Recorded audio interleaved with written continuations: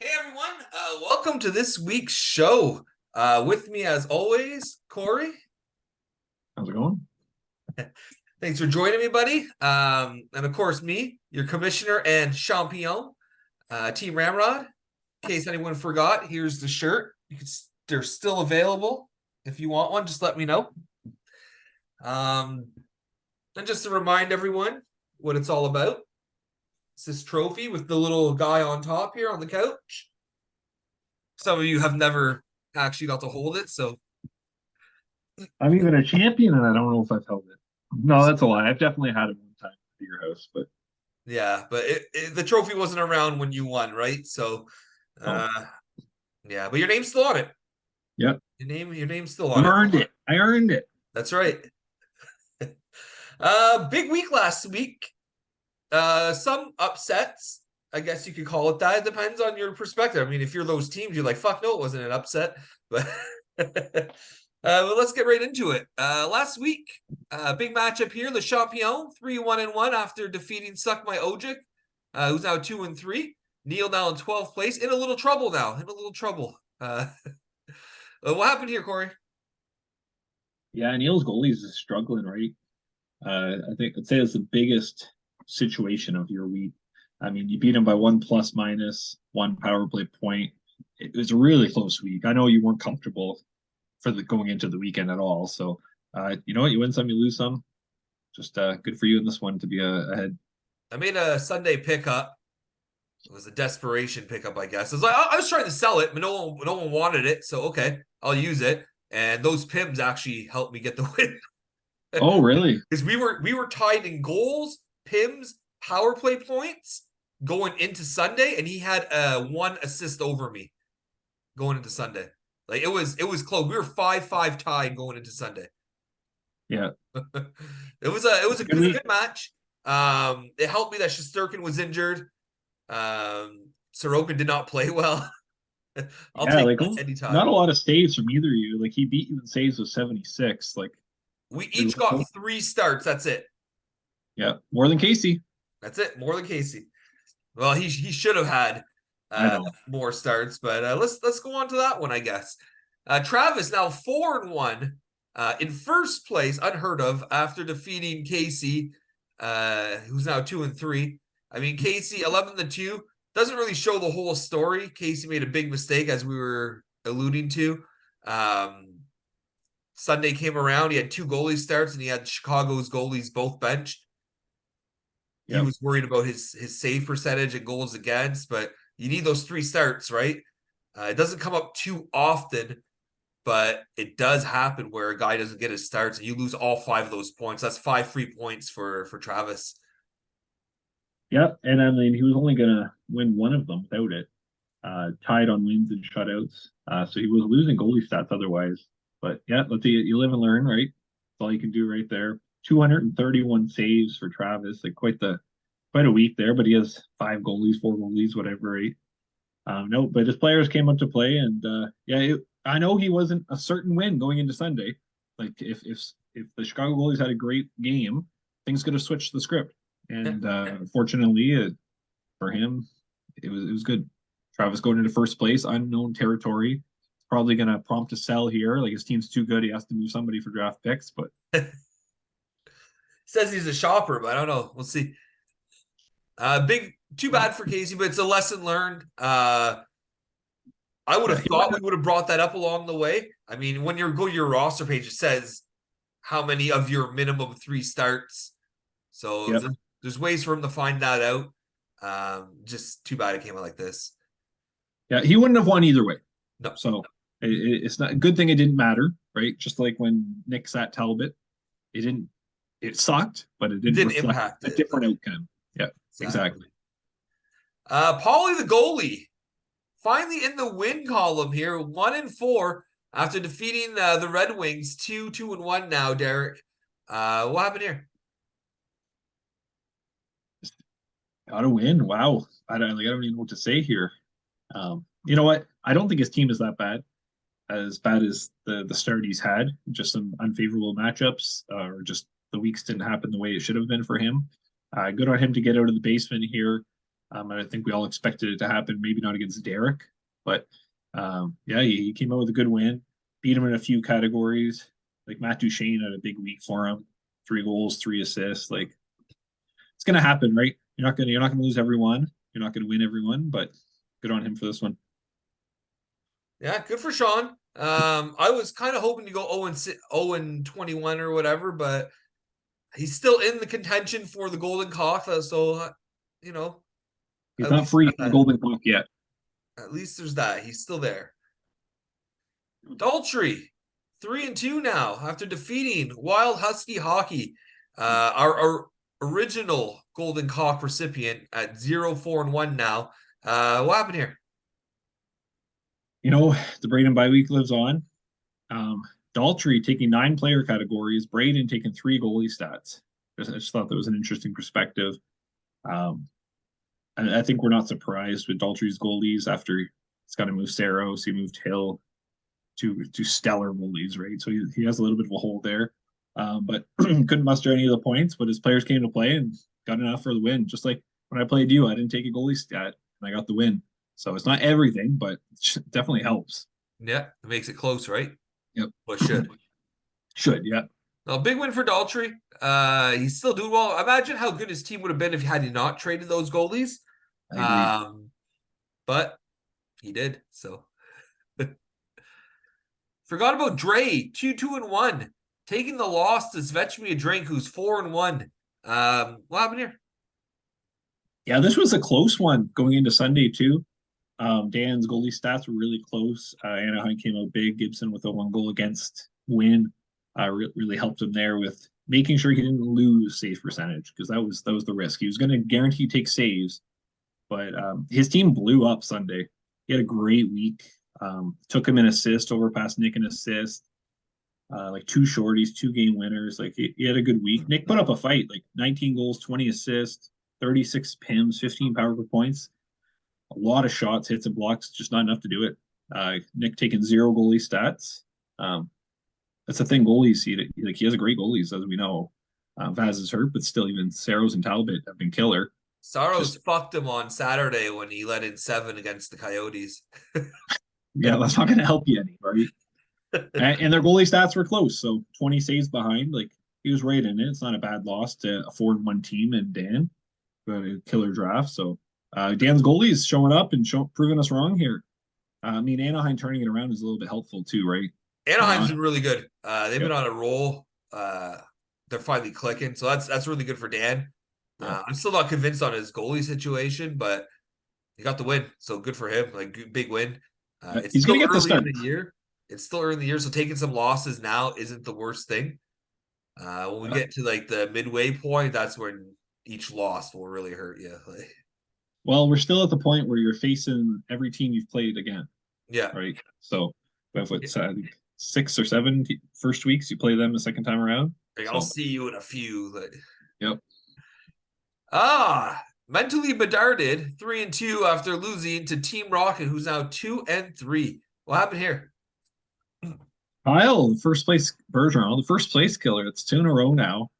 Um, Bob didn't have a great week in nets, but he won his games. So like he did well. Um, Kyle just keeps on trucking. He had a great week. There's no reason he can't keep it going.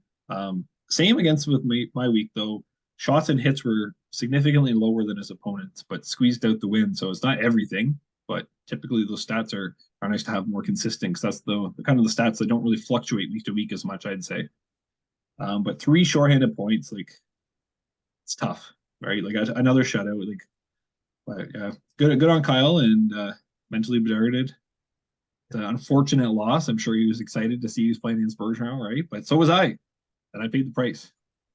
That's the thing, though. It's like, he got all insulted in the chat. What do I have to do, like, to get your prediction? And look, I was right on this one. Just Kyle plays well against strong teams, and he plays against the other teams, and he shits the bed. It makes no sense. I mean, it's early on, so are we really the strong teams at this point? You don't know. You don't know. We don't know who the strong teams are, right? Yeah. It's still early. Patches 2-3 after losing to Captain Crunch 6-5. Domo now with a 3-2 record. What happened here? It's like just brutal goalie stats. I mean, Domo won with a 433. Oh my god. Nick won with an 869 save percentage. Like just that it was a close week. The whole week it seemed pretty close going into the weekend. I had no idea who was coming away with this one. They both had a lot of man games come Sunday. Good on Domo, 3-2 record, competing right. And Nick falling down again. So be interesting to see. Hope you keep sliding. Yeah. Out I of have your playoff this week, picture now. so but, You have him this week? yeah. Sauce Pass 4-1 in third place after defeating the 2023-2004 dumpster fire, who's now 0-3-2. Still ahead of Braden, Mark. Still ahead of Braden. What happened here? Yeah, my team came into play. Like I think my goalie stats would have beat Kyle the week before. 2 shutouts on the week is always nice, right? My players came to play. My plus minus has been just garbage every single week, but you got to take a hit somewhere, right? Yeah, I was pretty comfortable. I wasn't too worried about this going into the weekend. It was sitting pretty nice. And running just the 2 goalies and that are both for the Leafs. I was pretty confident with man games there. I was going to get more starts, and they had much better starts. The Leafs had a rough week, so especially in nets. Yeah. Well, Yeah, that's nice easy win. Thanks, Mark. Mark, yeah, I don't know what to say about his team anymore, but your team came out to play. His team just didn't perform. You know, Yep. I expected big things after pulling out a tie against me last week, and then he follows it up with this. Yeah, like he trades me Yari, got a shutout. In the one game he got hurt, he was working on a shutout too against Anaheim. They ended up 2-0, but he didn't get the shutout. He got the win. Does he play the whole game? Like, Yeah, exactly. But then he I hate that. came off strong with a nice shutout the weekend. So For our predictions, for anyone who's curious, Corey led the way last week. He went 5-8. Plums and myself went 4-8, and Travis and Derek went 3-8. been a rough couple of weeks here, right? Yeah, that just shows you how close the league really is, right? A lot of us are going based on what they've done historically, what their team looks like on paper. Doesn't mean anything. Like these GMs are on the ball and making moves that they need to improve their team in the week and pulling out wins. Yep. It's nice to see. Trades. I don't think there were a whole lot, but there was enough that we're going to cover it. We're gonna cover it either way. But right after we went off the air last week, there a couple hours later, after you were talking about being happy with your team, you would have made a trade. Picked up Anderson and a 14th for Russ and a 17th. Tell me about this one. Yeah, I kind of regret this trade a bit. I don't think I wanted Russ on my final team going all the way, so I sold him for a draft pick. He was kind of a throw-in player. I didn't even ask for him in the Merc trade. He just got sent to me, so I took my pick upgrade. Anderson's a serviceable D-man. He's not doing great in Calgary, but Calgary's been turning around, and so is he with his stats. So, I mean, I don't mind sitting on him for a bit, but I could have got more for him, I'm sure, but I wasn't very patient. No, I saw an article come out like the other day that was like Russ is the guy that you should keep right now. Like That's so funny. and you dealt him. Like, Yeah. but good pickup for Domo, a serviceable player. Not a bad pickup for you. You got a pick upgrade for a guy that you didn't really want long term. Yeah. So you got to move those picks out. I think it's an all right deal. Mentally bedarded, getting on the action. Hagel finally moved. Domo's been put him on the block for weeks. Hagel, a 15th and an 18th going to Bedarded, with Domo receiving Grundstrom, an 8th and a 10th. What do you think of this? I mean, Heigl was a keeper on Domo's team. That doesn't mean he's necessarily a keeper. I think he's a good all-around fantasy player, though. He does a little bit of everything. He plays on a solid team.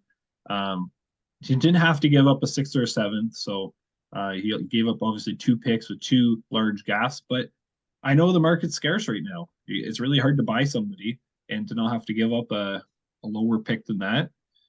Some people might value Heigl a little bit lower than I do, but I don't think it was bad for Kyle. I think he overpaid a little bit, but Yeah. at this point in the season, you have to get the player this early, unless someone's really eager to sell. I know he's been talking about Hagel.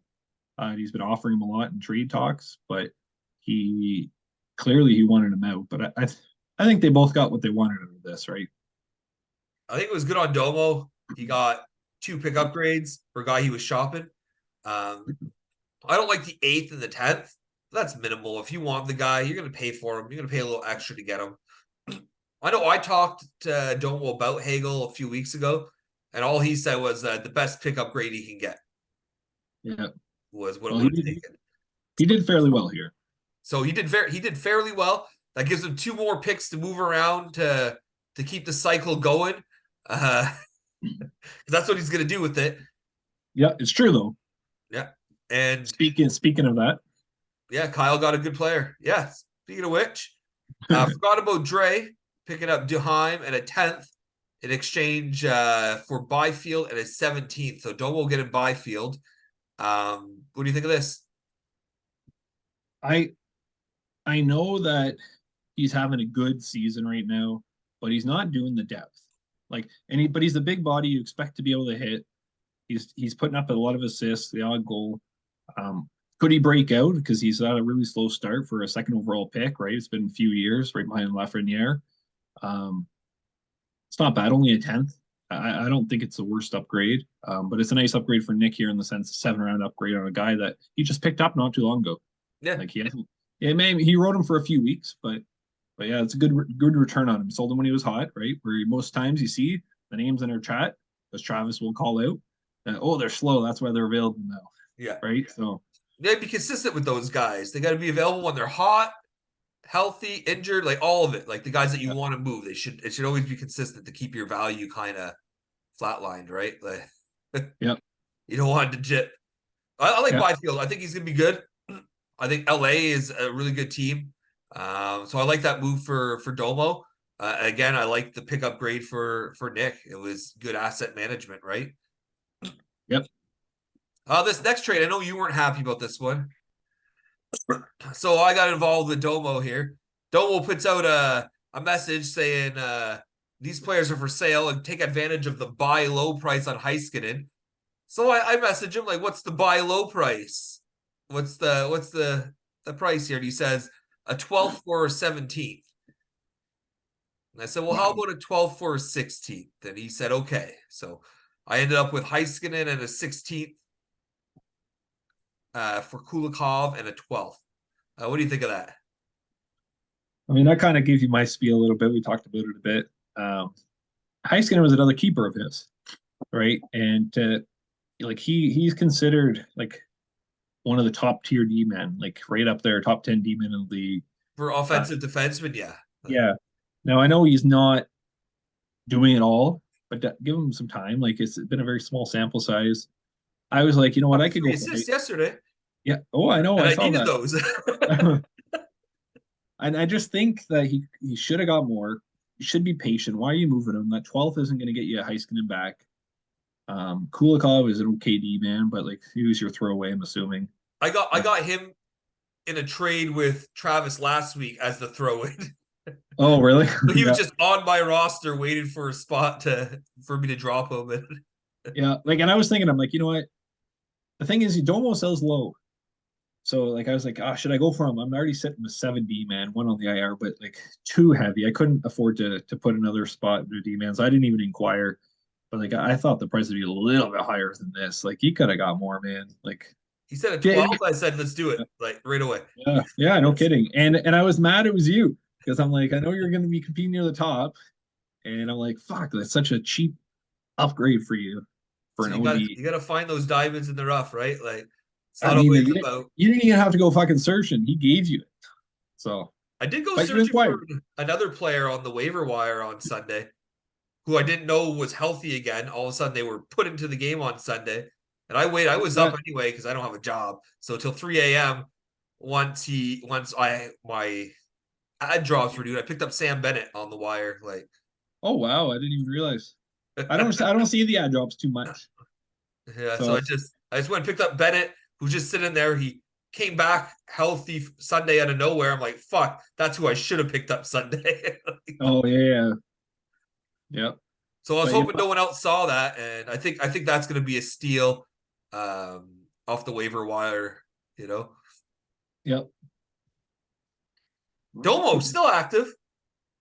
You know, Sunday he needs some player. It wasn't even Sunday at that point. He just needs some players for the weekend.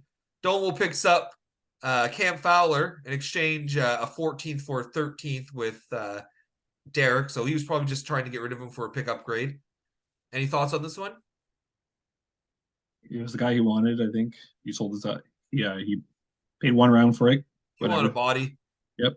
that was playing. Tyler's not a bad D man, but he's never going to be real like roster worthy.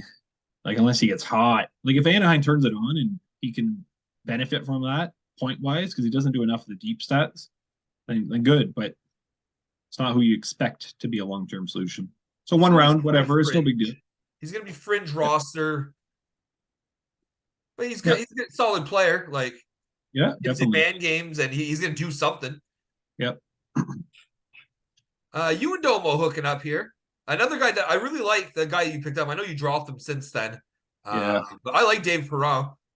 He puts up a lot of different categories. You grabbed him in a 17th for Urson and a 15th with Domo.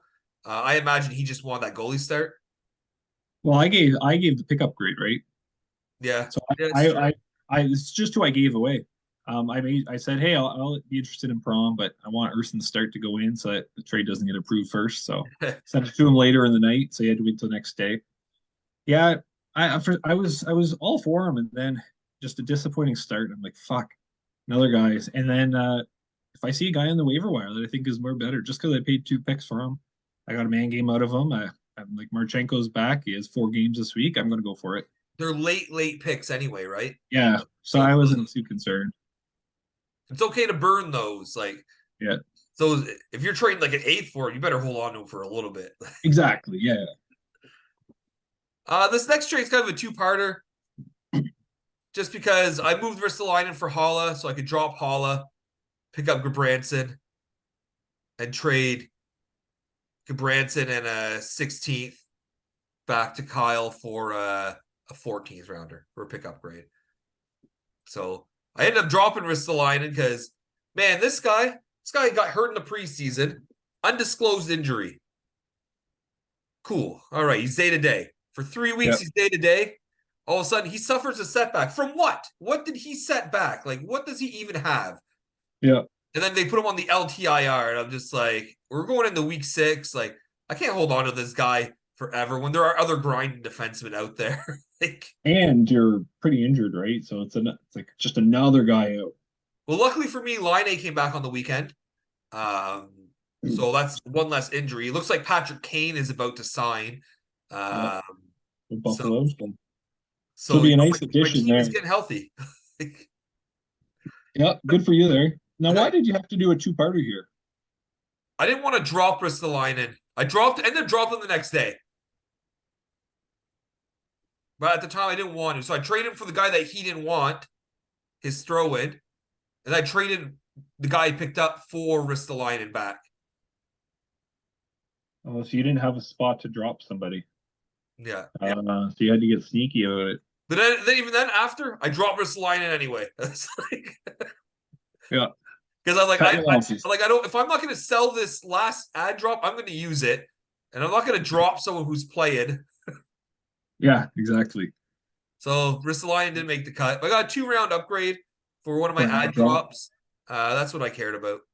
Yeah, no, solid.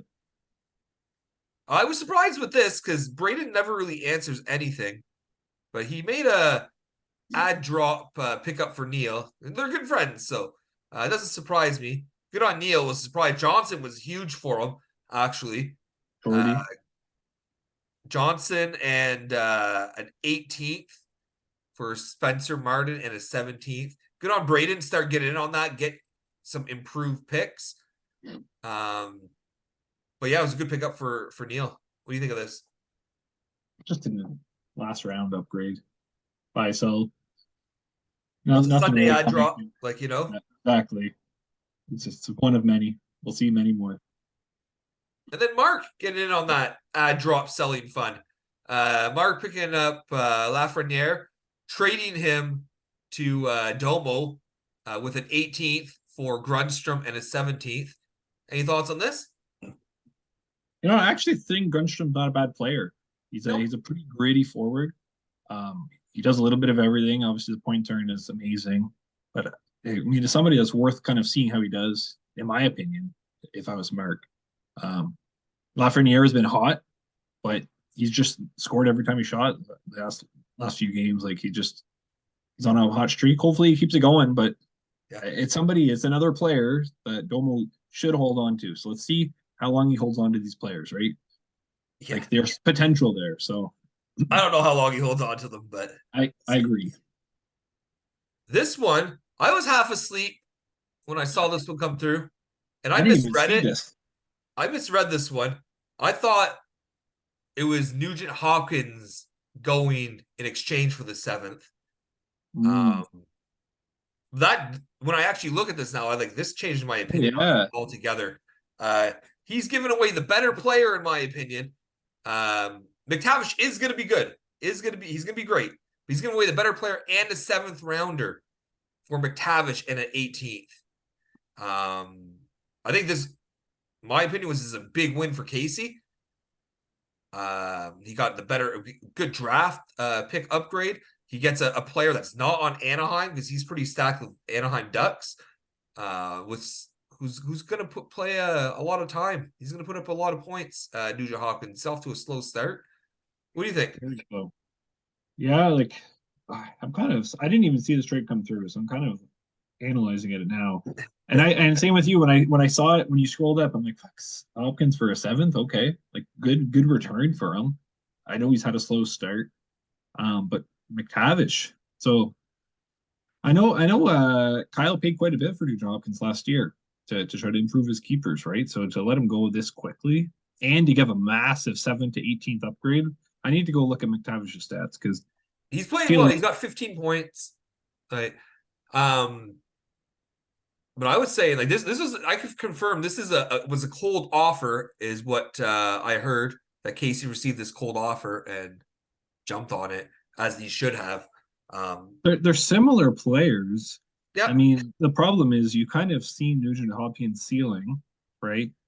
Now, McTavish, he's having a good year, obviously, point wise. He's doing a little bit of everything. He's really young too, Except for right? hitting. So. Yeah. But Nugent Hopkins, I know it's a slow start, but was the coaching trade not like announced to then? Like you're gonna see the benefit of that, I think. Like it was only yesterday afternoon. I feel like we saw the coaching change before that. I don't. I think that's an overpayment. I think Casey took away with this one from Kyle. A 7 to an 18. That's a massive gap too, and to give up a keeper level player for a guy who very similar stats to Nugent Hopkins. I'm curious to see Kyle's opinion on it. That's all. Yeah, I'd like to hear from him. To be honest, like I was telling Travis, like I would have offered a 7th for Nugent Hopkins. I don't know if I would have. I obviously don't even have one anyways, but like I could see why somebody would. He's a player around the 7th, 8th value, like, yeah. And you're giving one away with him. But I would like to hear Kyle's thought process on this. But I think this is a huge win for Casey. If this is just more of a long-term move for Kyle, then yeah, McTavish is going to be great. Yeah, if that's the way you want to go and that's what he's looking for. I mean, you're 2 weeks in a row getting your wins, so yeah, like your team's turning around. Is this the point to? I don't know. Let's be curious to see what he says. Well, let's see if we can do something here that we don't typically do. 8.5 minutes left in our first part here. We might be able to run through all these predictions pretty quick. All right, let's give it a go then. All right. Team Ramrod versus Patcha Ready to Rumble. Big matchup here. Who do you got? Gonna give it to Ramrod. I mean, your depth is there. Now they're getting healthy. Gonna have some opportunities. I think you're gonna come away with this one. I'm gonna agree with you. It does hurt that he had a pretty good goalie start last night, and he got a shorthanded empty netter. Ooh, yeah, no kidding. But lots of time left in the week. I'm not too concerned. I don't think it's a surprise to anyone that I'm picking Team Ramrod to win. Sorry, Nick. TVT taking on Domo, Captain Crunch. He will always be Domo to me. Who do you got? It's just everyone understands it, right? Yeah. That's the thing. I'm gonna give someone to TVT. I could see the upset happening. Who knows what TVT's or both their teams look like by the end of the week? So, but I think Travis has better odds here. This guy's sitting at 4-1, talking about how he's David uh, with a 4-1 record. Like, I think that's why he finally changed his name to just TVT, because he's like, I can't complain about my record or anything like that anymore. So No, but I'm gonna give it to Travis. I just think his team is deeper. He's probably gonna beat Domo. Paulie the goalie taking on I'll Try the Beef. This is conflicting for me, but who do you got? I'm going for Paulie.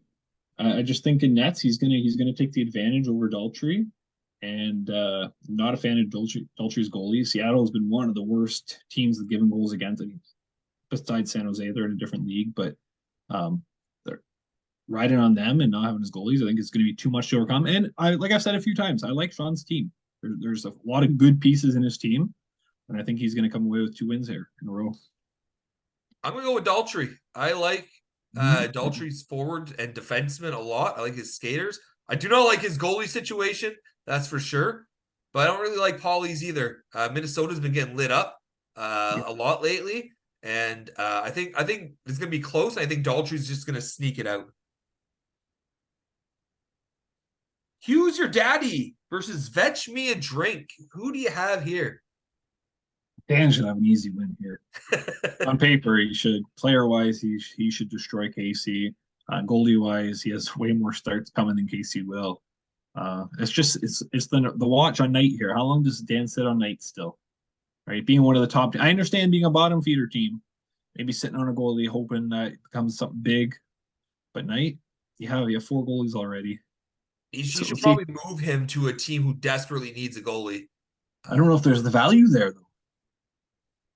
Yeah, but you're never going to get the value because well, that's the thing, right? At what point do you take the loss? So. At this point, I think now it's the time for Dan to seriously consider it. And just I know it's his first pick in this league. It's the first player he chose to come on his team. That's a big piece to hurt and lose to him. Who knows though? Bob's hasn't been exactly great. They might pull him up from the AHL and say, "Come on, we need you." Yep. But how long do you wait? Like exactly. I waited with Kane. That's because he's just unsigned. He's going to sign somewhere when he's healthy. That's a lot different. He's playing, but having an NA goalie just sitting there, like, yeah. Not when you're contender. It's hard. Forgot about Dre. Oh, sorry, I forgot to say I was going with Dan as well. Just for the record, I do like Casey's team. I think he has a good team. I don't think his goaltending's quite up to par yet, but I think Dan's team's better. Forgot about Dre taking on the Red Wings. Who do you got here? Both teams are 2-2-1, but I think Nick should have the win here for sure. 10-0 is obviously it's Tuesday morning, so it doesn't show much the score, but I think it's still going to be next week. I'm going to do something I rarely do. I'm going to go against Nick. I think they both have really good skaters, but I really think the Boston duo is just going to carry the Red Wings this week. It'd be different if Vass comes back this week, but I think the edge is they said November-ish sometime. So he practiced for the first time yesterday. So probably next week, I'd imagine he's back. Maybe the weekend. About 2 weeks. Yeah. They said about 2 weeks. So I'm gonna go with Derek. I rarely go against Nick because he has a really good team, but so does Derek. So I'm just gonna take a shot here and say that the Bruins goalies carry him to victory. Wild Husky Hockey taking on Team Rocket. Who do you got? Does the Braden bye weekend here? Kyle says he loses to the Shitters. Is this the week? Maybe. I'm going to say no. I'm going to give this to Kyle. He earned some respect taking me down. He's on a 2 week in a row. His team's played outstanding. I think he can do it again. I don't think Nugent Hopkins is the big loss there. It's not a. There's no difference to his Not team. when it comes to Braden. Yeah. I'm going to agree. Braden bye week lives on. I don't think this is where Braden gets his first win, but it'll be an interesting match to follow. Yeah. 2.5 minutes. We're making good time. Sauce Pass taking on Mentally Bedard. This will be a great matchup. I imagine you have yourself. Yeah. Want to tell me why? It's a better team. No, I'm pretty fucking horny for my team.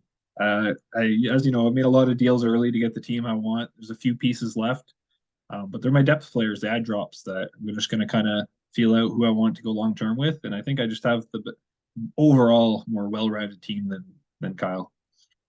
I'm actually going to pick Plums. I feel like this could be Son of a the bitch. upset this week. Plums is a good team, and not that you Yeah, don't. I don't agree that. I don't Not that disagree. you don't, but Vancouver's been hot. Demko is a deal, like a game changer for his team. Bedard has been hot, scoring goals left and right. I don't know. I don't, and again, it's not disrespect towards your team. I just think, Kyle, maybe this week you could pull this off. So I'm going to put my eggs in that basket this week. Our last matchup has Suck My Ojik versus the Dumpster Fire. I'm just calling the Dumpster Fire because no matter what year it is, he's going to be a dumpster fire. What do you got here, Corey? I mean, Neil's off to a slow start. Let me take a look here. He has he has some solid players up front too. Does Panarin's on like a huge point streak? Like, Verhage, yeah, killing it too. Brat has slowed down a bit. Toffoli's done well. Pasternak, like, it's the goalies, right? He's riding with Sorokin, who's been fucking shaky compared to normal. Like, you know, very you can unlike rely him. on him. Wolf got sent down, so Mark's just running the two Toronto goalies again. I'm going to give this one to Neil. I as well. I'm going to give it to Neil, and really, it's just because I think his team's better. Mark's a dumpster fire, and Yeah, Neil put up a really good fight. Neil, our match last week could have went his way. Yeah, I can't say the same about mine with Mark. So, well, we are pretty much out of time. We have about 30 seconds left. Thank you for joining me, Corey. thanks for having me. Always love chat some hockey. You know. Yeah. Everyone, thanks for watching. Good luck this week. Except for you, Nick. Fuck you, bud.